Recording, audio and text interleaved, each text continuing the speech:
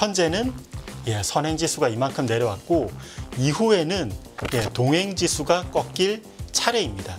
다른 말로 보면 시설 투자는 많이 했는데 소비 지표가 안 좋아질 차례예요.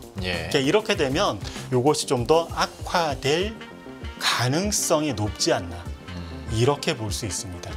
선행지수가 턴어라운드 할 가능성은 없습니까? 예를 들어서 미 대선이 있는 해잖아요. 네. 이 관계를 봤을 때 선행지수가 빠르게 턴하기는 어렵지 않을까.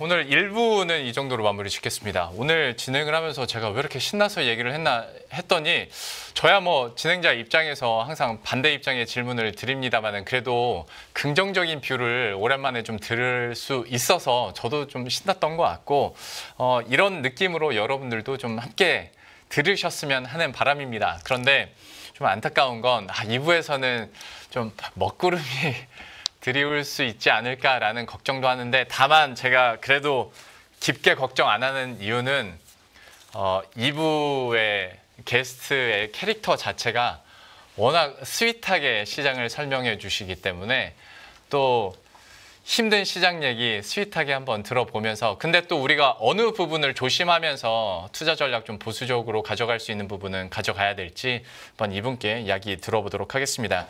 DB금융투자 강현기 주식전략 파트장과 함께합니다. 어서 오십시오. 반갑습니다. 반갑습니다. 파트장님 오랜만에 또 뵀는데 예. 앞에서는 제가 정말 오랜만에 신나게 시장 얘기와 거시경제 전망 얘기를 했거든요. 이제 앞에서 센터장님께서는 물론 이제 둔화가 됐지만 경기 둔화의 후반기고 그리고 회복 가능성에 대해서도 충분히 얘기를 해주셨어요. 저는 주구장창 이제 반대해서 근데 이거는 좀 어렵지 않겠어요? 이거는 어렵지 않겠어요? 했는데 이번에는 파트장님께는 저는 그래도 이건 희망이 있지 않겠어요? 라고 하지만 파트장님의 얘기를 들어보도록 하겠습니다. 일단 공통 질문으로 이번 연준의 빅컷에 대해서 좀 어떻게 보시고 시기적으로는 적당했는지 그다음에 지금의 그러니까 9월에 50bp 인하에 더불어서 11월에 나오고 있는 또 50bp 인하가 필요한 상황인 건지 좀 어떻게 시장 해석하고 계십니까? 저희가 해석할 때 조심해야 될 게 연준은 안 좋더라도 안 좋다고 말할 수는 없는 기관이라는 거. 요건 항상 저희가 염두에 두고 그래서 연준에 대해서 그 행동이 어떤가 이걸로 판단을 해야 됩니다. 그런데 저는 이번에 빅컷은 역시 금리 인하 시기가 늦었다. 이것을 반영하는 거라고 봐요. 한번 상황을 보겠습니다.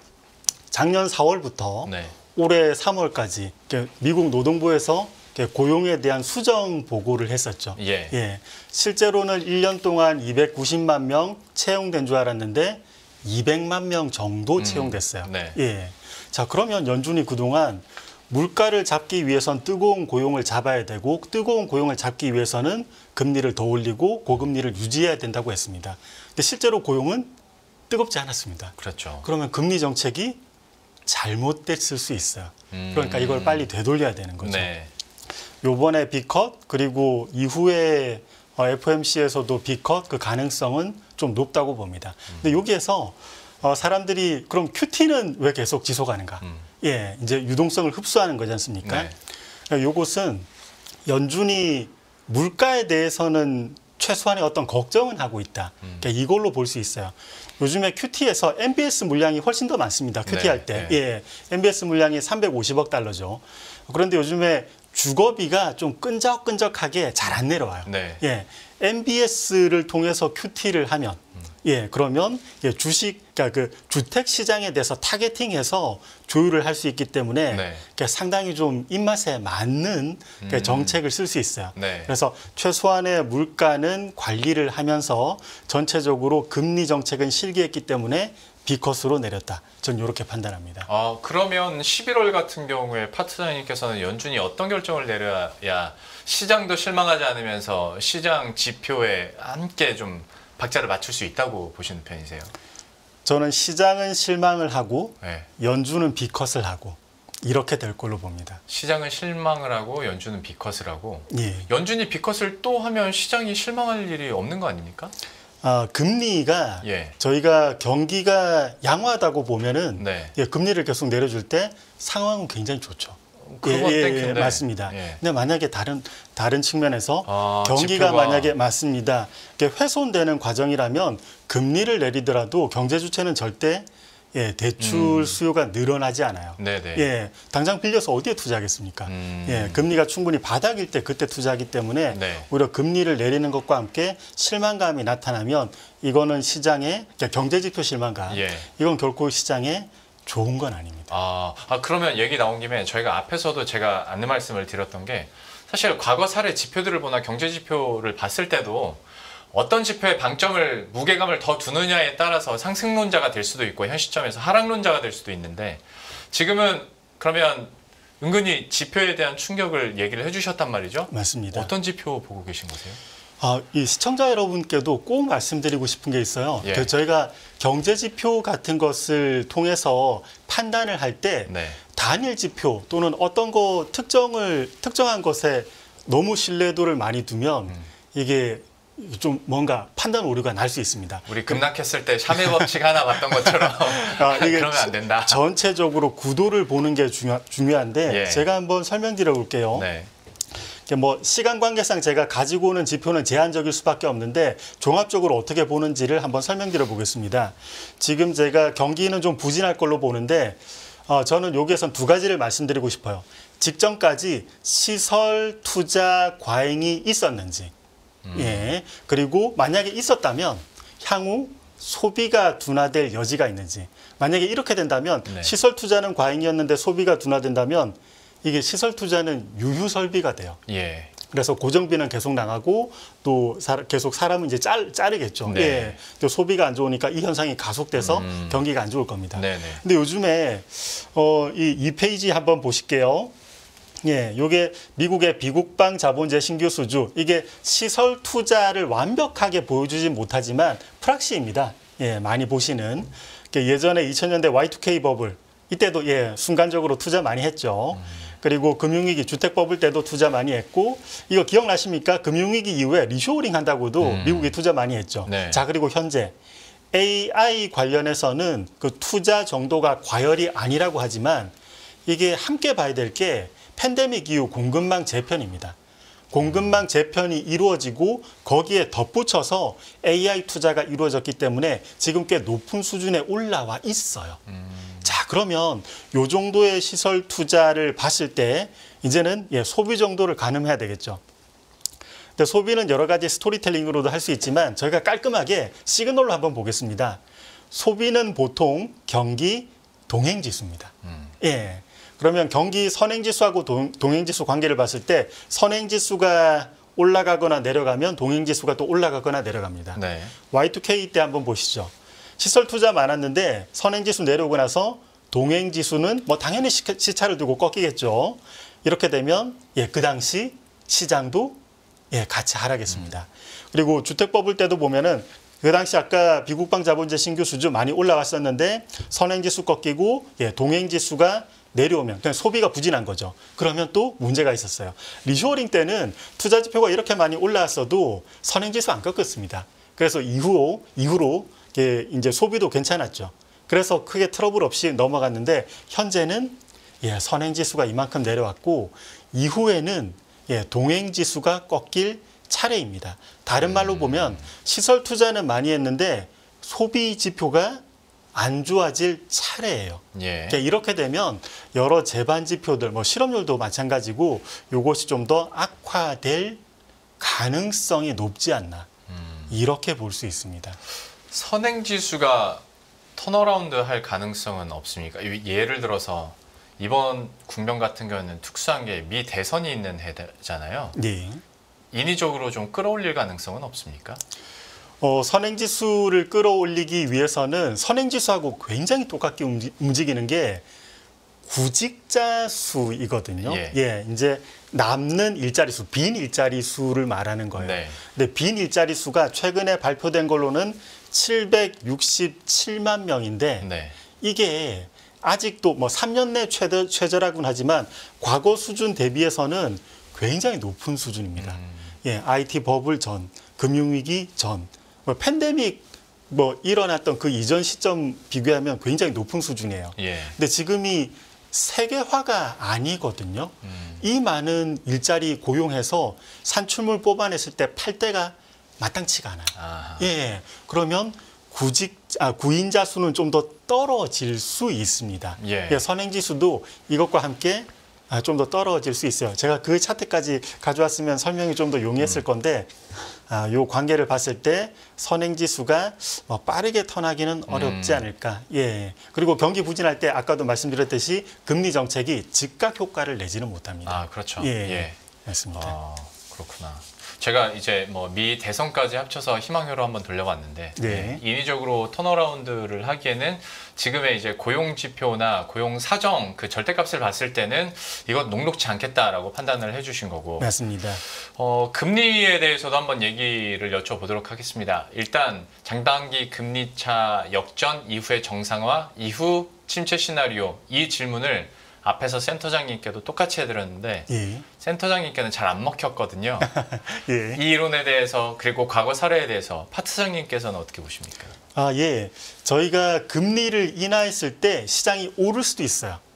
그리고 떨어질 수도 있습니다. 예. 근데 이 경계가 그 당시 물가가 공급이 정상화돼서 내려왔느냐 또는 물가가 수요가 감소해서 내려왔느냐 이게 분기점이 됩니다. 예. 한번 준비한 차트 한번 볼까요? 예전에 1970년대 공급 정상화죠.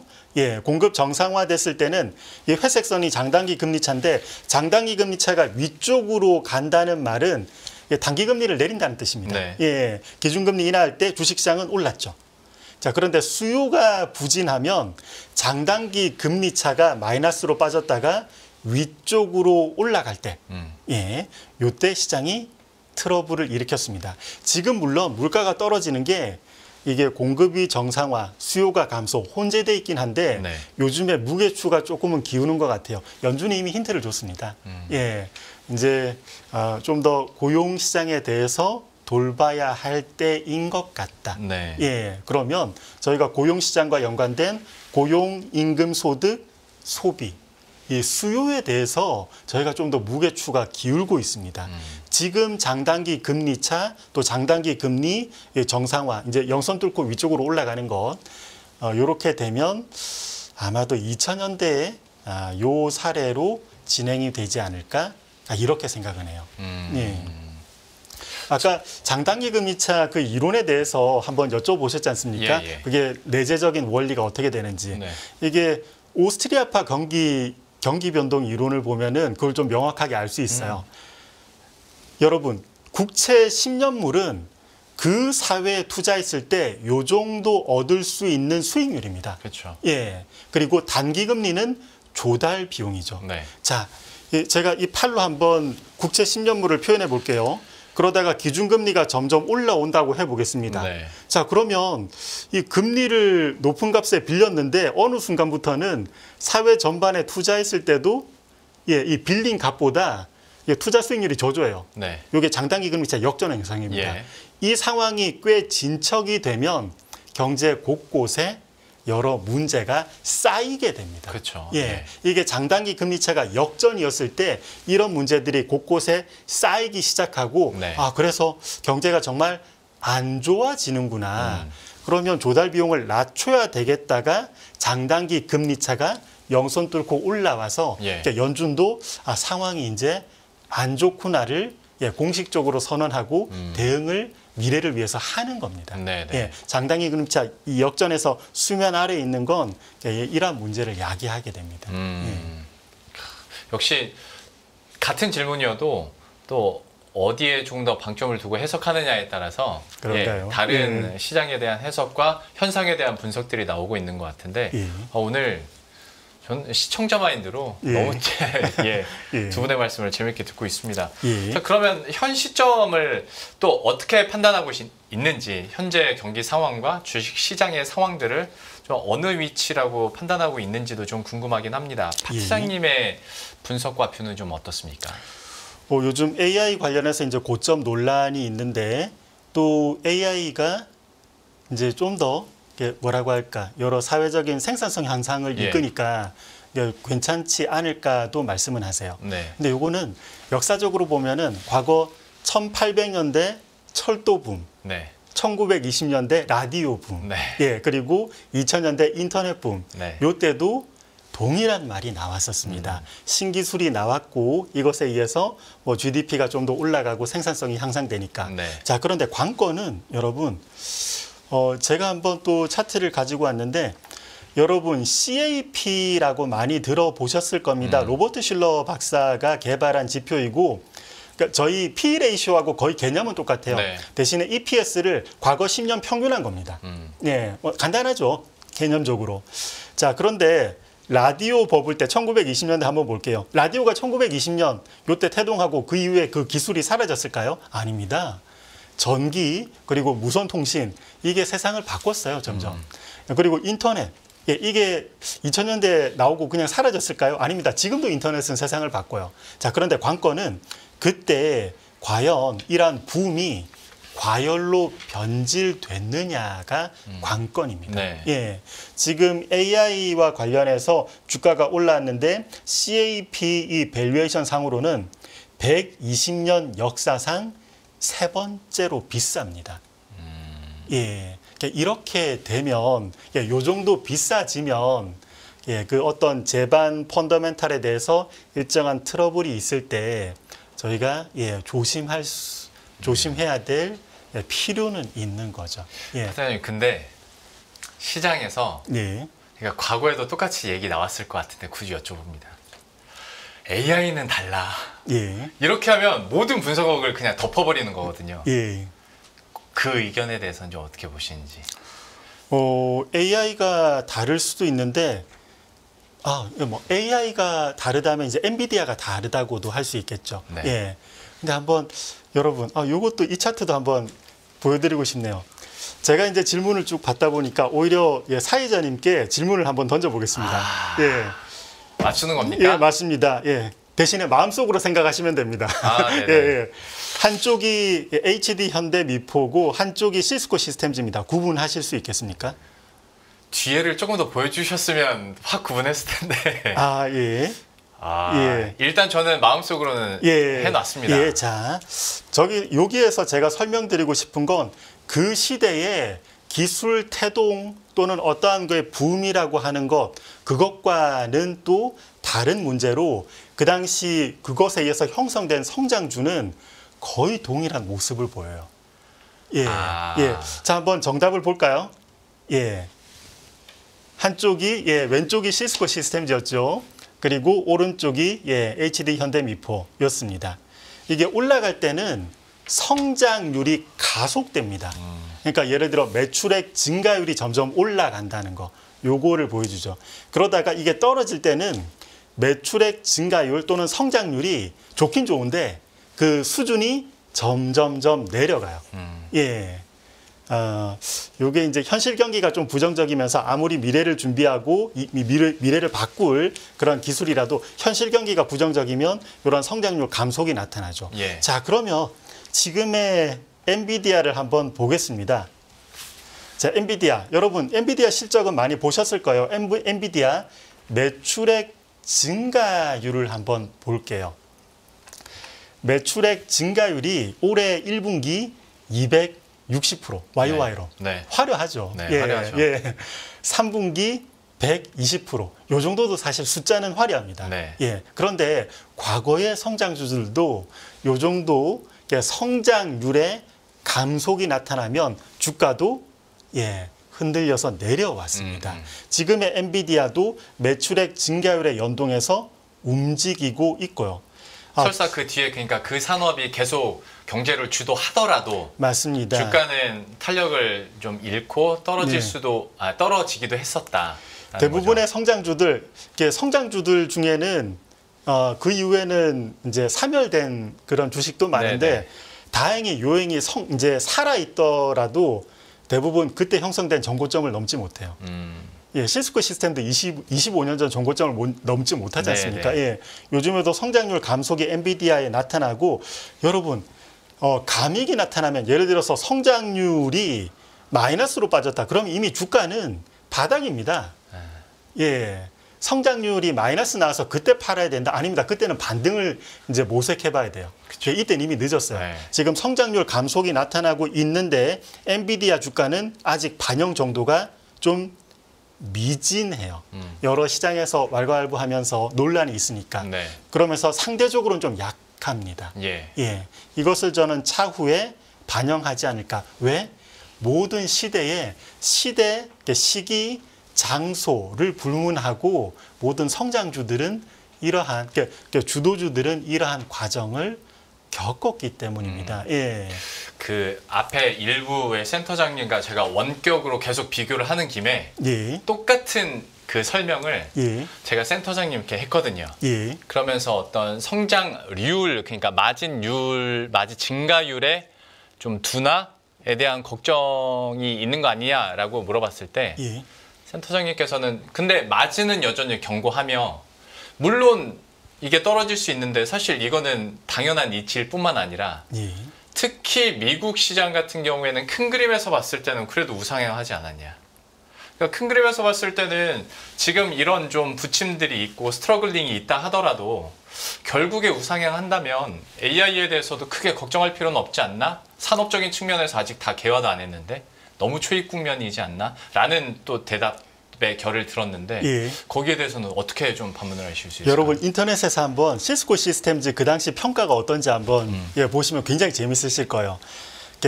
전 세계에서 이 기업보다 가치 있는 회사가 없다.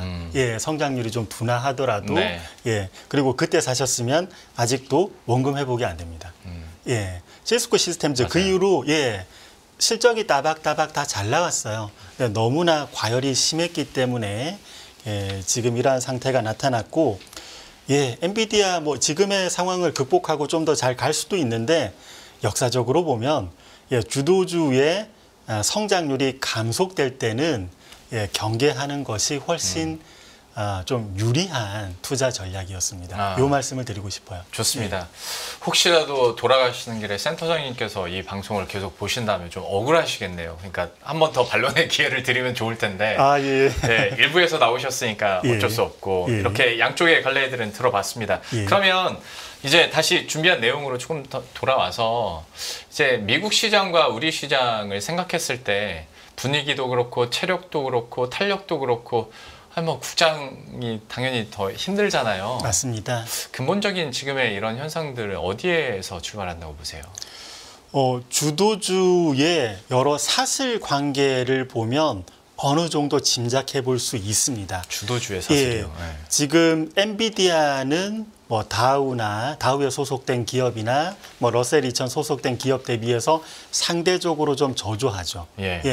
국내에서는 삼성전자, SK하이닉스, 한미반도체 상대적으로 좀 저조합니다.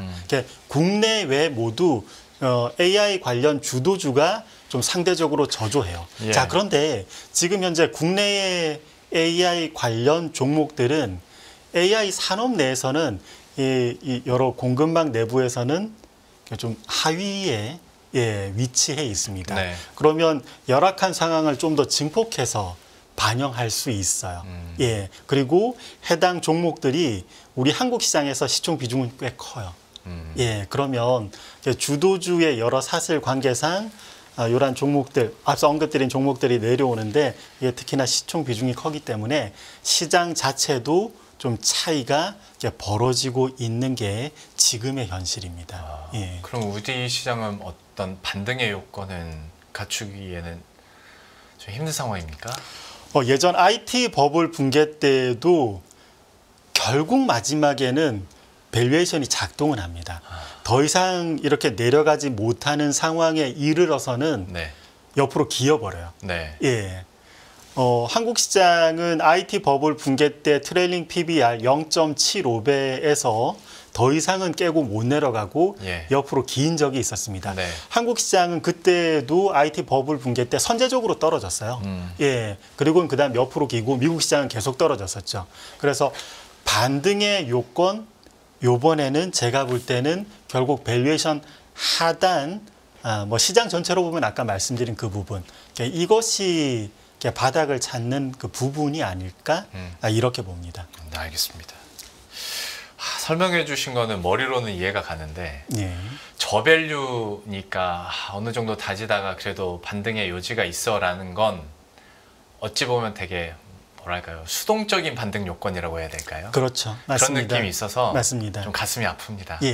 대신에 그 당시 IT 버블 붕괴 때에도 한국 시장이 더 이상 밸류에이션 최저 수준에서 깨고 못 내려갔을 때, 옆으로 기었을 때 대형주들은 부진했지만 종목 장세에 나타날 수 있어요. 개별적인 주식들은 움직일 수 있거든요. 그래서 저희가 밸류에이션 하단에서 여러 투자자분들은 종목 장세, 한국 분들이 특히 종목 장세 강하십니다. 저희 주식이 자주 박스권에 머물기 때문에 이때 종목 장세가 나오는데 이때 잘 캐치하세요. 그래서 이것을 한번 노리는 것도 나쁘진 않다. 아직 그 시기가 무르익진 않았지만 한국 시장이 먼저 바닥을 다질 수 있기 때문에, 먼저 지금 떨어졌으니까 이후에 이러한 전략을 구사해도 나쁘진 않을 것 같습니다. 가끔씩 보면 혹자는 오히려 약간의 욕심만 내려놓으면 박스권 플레이가 그래서 국장에선 더 좋다라고 하시는 분들도 있고, 맞습니다. 어떤 종목별로 종목 장세가 왔을 때 워낙 좀 다이나믹 코리아 좋아하시는 분들은 나름대로 선방하면서 좋아하시는 분들도 있더라고요. 맞습니다. 한번 그 부분에 대해서도 노려보자 얘기를 해주셨으니까 한번 그 방면으로 위로를 받아봅니다. 역시 또 파트장님과 재밌게 이야기를 하다 보니까 35분이 훌쩍 지나버렸는데, 그렇습니까? 파트장님께만 시간을 더 드리면 안 그래도 센터장님이 더 억울해하실 것 같아서 마지막으로 그러면 어쨌거나 시장에 대해서 좀 둔화, 그리고 좀 상대적인 우리나라의 더 약세 계속 얘기를 해주고 계시니까 우리 투자자분들에게 이 말은 꼭 하고 가고 싶다라는 마지막 부분이 있다면 저희가 그림으로 한번 설명드려 보겠습니다. 그러니까 여러분, 과거 사례를 보면 수요가 부진할 때 금리를 인하하면 큰 대세적으로는 시장이 하락할지라도 국지적으로는 비커 또는 금리 인하 이후에 1개월에서 3개월 정도 반등하는 때도 많아요. 그런데 시장 내부적으로 관찰을 했을 때 주도주의 상대 약세가 두드러지면 그땐 거의 이제 리스크 관리를 본격적으로 해야 될 시기가 무르익는 겁니다. 요즘에도 그래요. 요즘에 나스닥 대비해서 다우가 훨씬 더 좋죠. 그런데 지금이 AI 버블, 그러니까 AI 붐이니까 예전에 기술주 붐 때하고 유사한 속성들이 많습니다. 그런데 2000년대에도 나스닥 100 주도주가 다우보다 상대 약세를 보였을 때, 그러니까 회색선이 아래쪽으로 떨어졌을 때 한 수주 지나서 결국 주식시장은 이렇게 이제 아래쪽으로 모양을 형성했습니다. 요즘도 그래요. 요즘도 다우가 상대적으로 세고 주도주의 힘이 약화됐습니다. 그래서 요즘에 시장 내부적으로도 이런 시그널들이 많이 나타나니까 이때는 인내심을 발휘해서 자금을 잘 보존하셨다가 이후 아주 저렴한 가격에 좋은 주식들 많이 담으시는 그 기회로 좀 인내력을 좀 더 발휘하시는 게 좋지 않을까 생각을 합니다. 그 기회 쌓이는 시장에서 어떤 금리 저점일 때입니다. 금리 저점일 때 맞습니다. 금리가 더 이상 깨고 내려가지 못하고 옆으로 기어버리면 이 정도 수준에서는 대출 수요가 많이 일어납니다. 그리고 이걸 통해서 경기 반등, 그리고 주가도 반등합니다. 시장도 바닥이라고 확인을 하는 거군요. 맞습니다. 알겠습니다. 그 사인까지 한번 들어봤으니까 여러분들도 혹시 이제 파트장님의 의견에 동의를 하시고 전략을 짠다면 또 이런 시장의 사인들을 기다리시면서 그때 비중 확대하는 방법도 있겠습니다. 오늘은 이제 파트장님과도 이 정도로 마무리 짓고 보내드리도록 하죠. DB금융투자 강현기 주식전략 파트장과 함께했습니다. 오늘 말씀 고맙습니다. 감사합니다.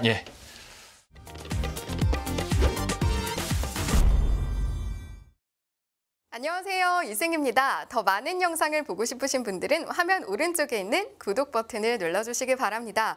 그리고 영상을 보시면서 좋아요는 필수인 거 아시죠? 항상 인포맥스 라이브를 사랑해 주셔서 감사합니다.